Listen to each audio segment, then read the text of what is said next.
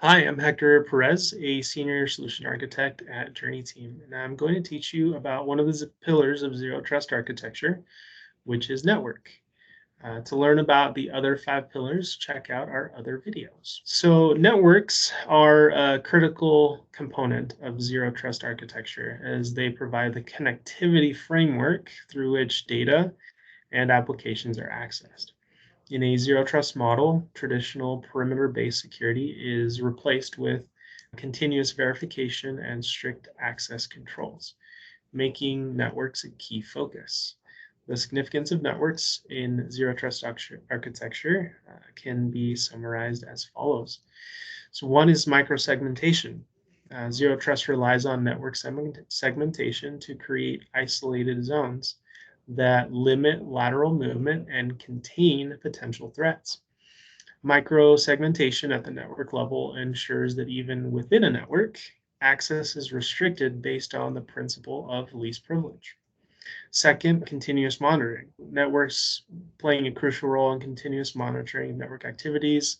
By analyzing network traffic, organizations can detect anomalous behavior, unauthorized access attempts, and potential security threats, allowing for timely responses to those. Third, encryption and secure communication. Zero Trust emphasizes the use of encryption for securing data in transit. This network facilitates the deployment of encryption protocols to ensure that communication between different components, including endpoints and applications, is secure and protected against eavesdropping. And fourth, zero trust network access, or ZTNA, is a key concept in zero trust, and networks are instrumental in its implementation. Zero trust network access ensures that users and devices are authenticated and authorized before gaining access to specific applications or resources, regardless of their location. So, in summary, networks are critical in zero trust architecture because they serve as the foundation for secure connectivity, dynamic access controls, and continuous monitoring.